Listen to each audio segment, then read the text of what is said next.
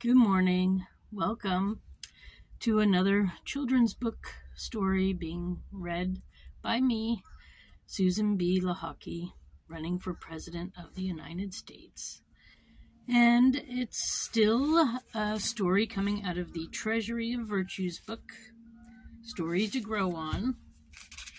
And it's one of my favorites.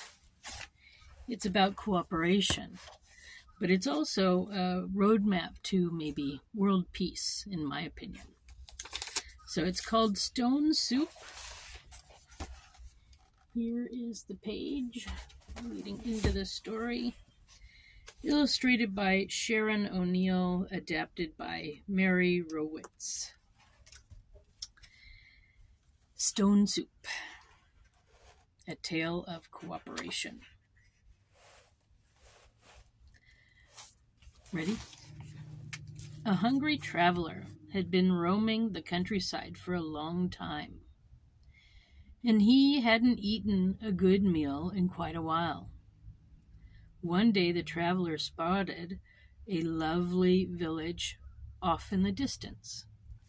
The hungry traveler became very excited and said to himself, "I'm bound to find someone in the village who will share a meal with me."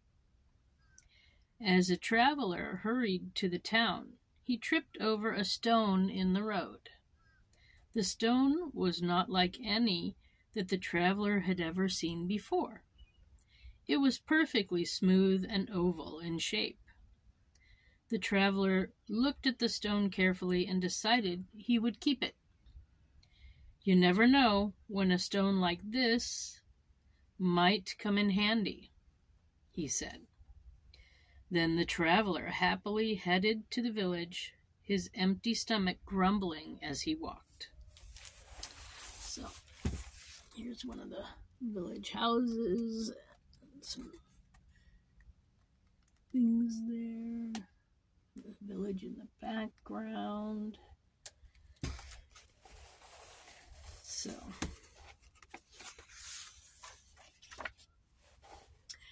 when the traveler arrived in the village, things did not go as well as he had hoped.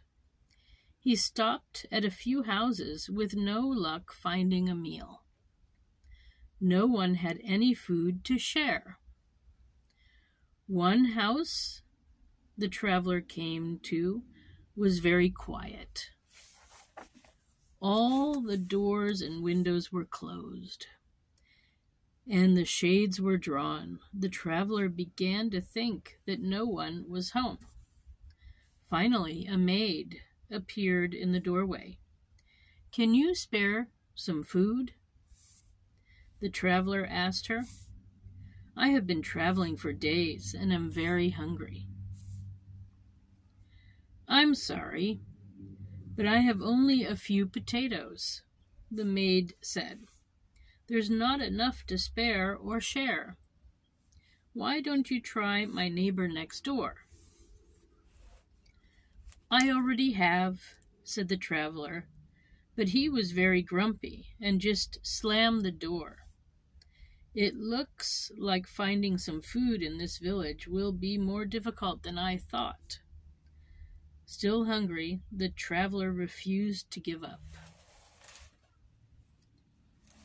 So, here we go.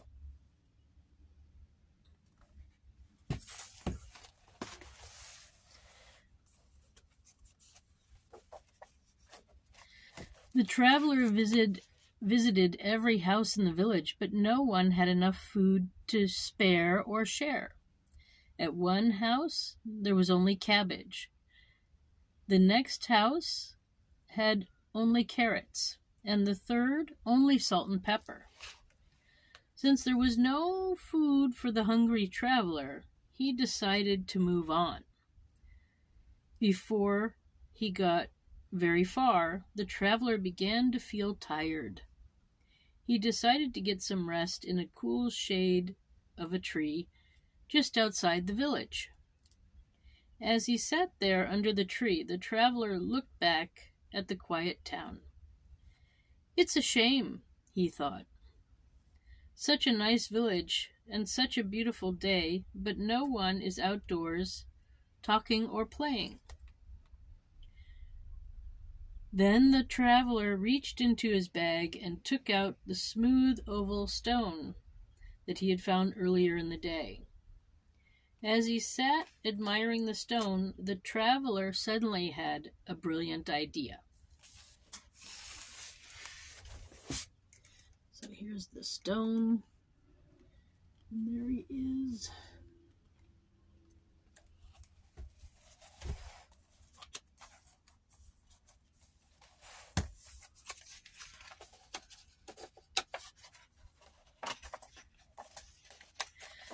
The traveler ran back to the village and shouted, "Come out of your houses, everybody!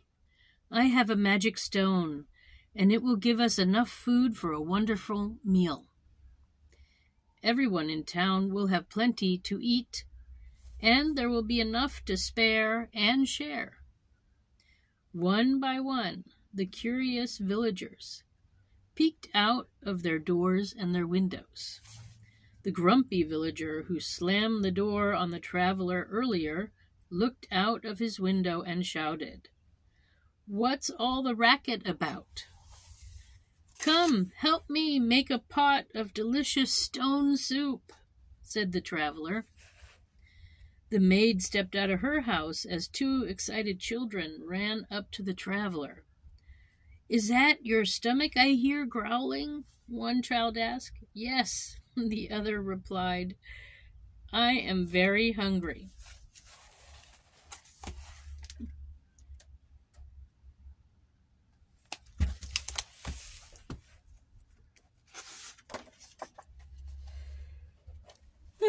Excuse me.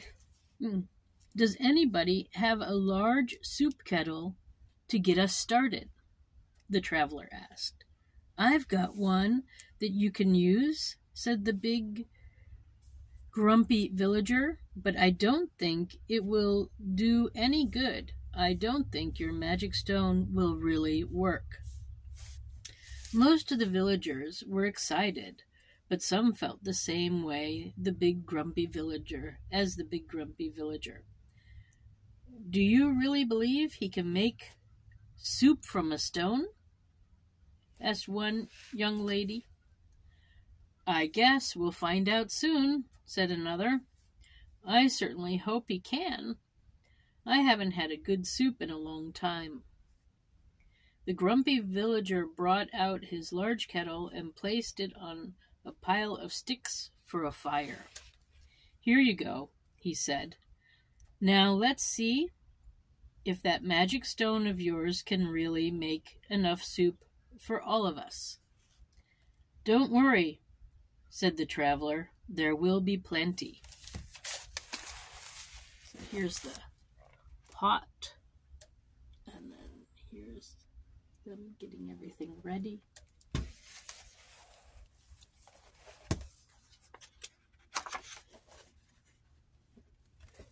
The traveler placed the smooth oval stone in the kettle of water and began to stir.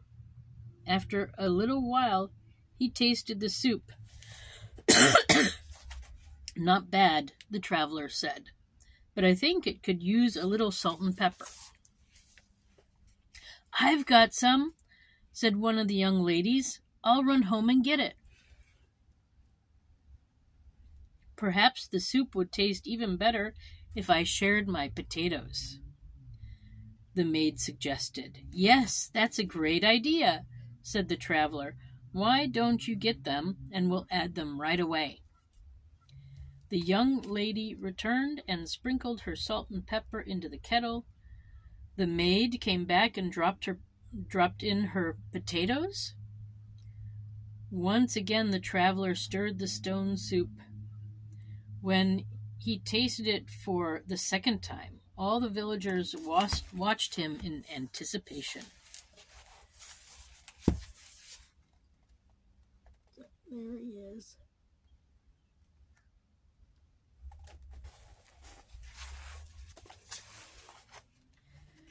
"This is very good," but it would taste even better with some carrots and cabbage, said the traveler. Then a young boy ran home to get some carrots, and a little girl ran home to get her cabbage. By now, everyone was having so much fun that they forgot how hungry they were. Even the big, grumpy villager was no longer grumpy. Let's make this meal a party, he shouted. The girl returned with the cabbage, and the boy followed with his carrots. Just think, a huge kettle of soup made from a magic stone, said the boy. I can't wait to try it. Neither can I, said the girl.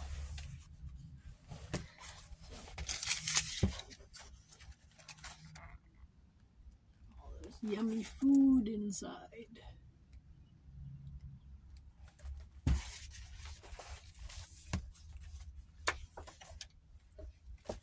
Finally, the traveler announced that the stone soup was ready to eat. He filled all the bowls, and the villagers began to eat. Afterward, there was plenty of soup left over. There's enough to spare and share, said the young lady. The villagers were so happy after dinner that they didn't want the evening to end. They started playing music together and dancing with one another.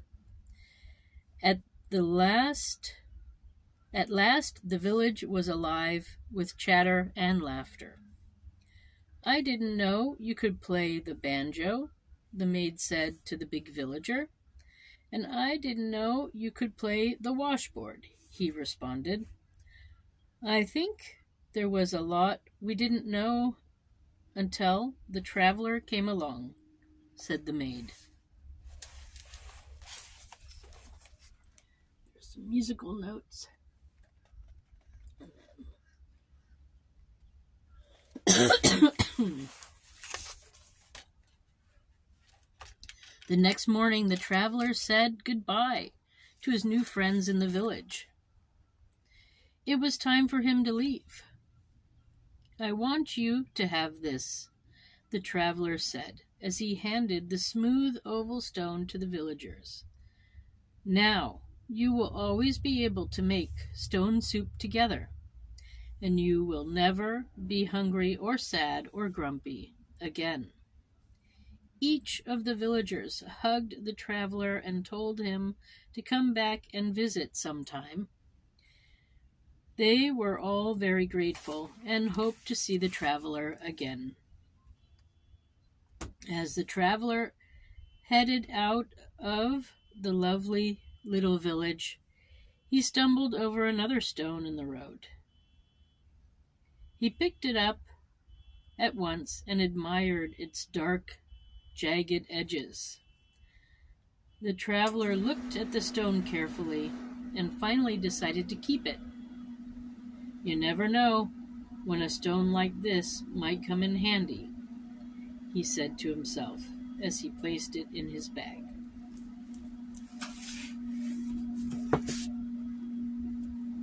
There he is.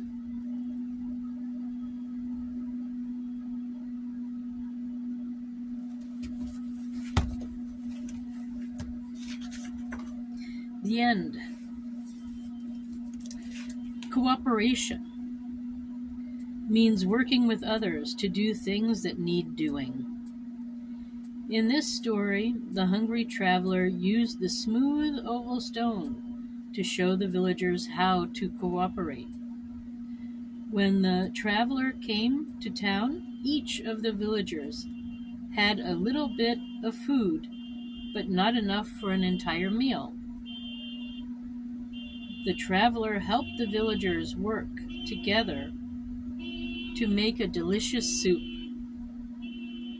When they cooperated, the villagers found they had plenty of food for everyone. Cooperation can make difficult things easy, and it can also be lots of fun. The villagers learned that it's easy to make friends when you cooperate.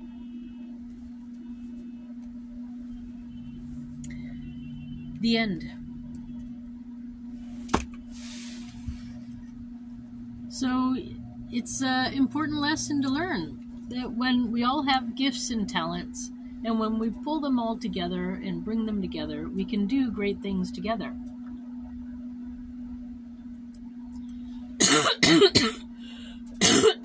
Excuse me. I have some allergies, perhaps. Anyway, thank you for stopping by. This was wonderful to share this story with you. It was one of my favorites when my daughter was young and I was reading it to her. And so now I'm sharing it with you. And I wish you then a wonderful day wherever you are. I am Susan B Lochocki, or Susan B, or Susan Buchser-Lochocki, whatever you want to call me. And I am running for President of the United States. If you want to find out more, I have a website. It's susan4usa.com. That's Susan, the number 4, USA.com. All right. Until next time, have a good time.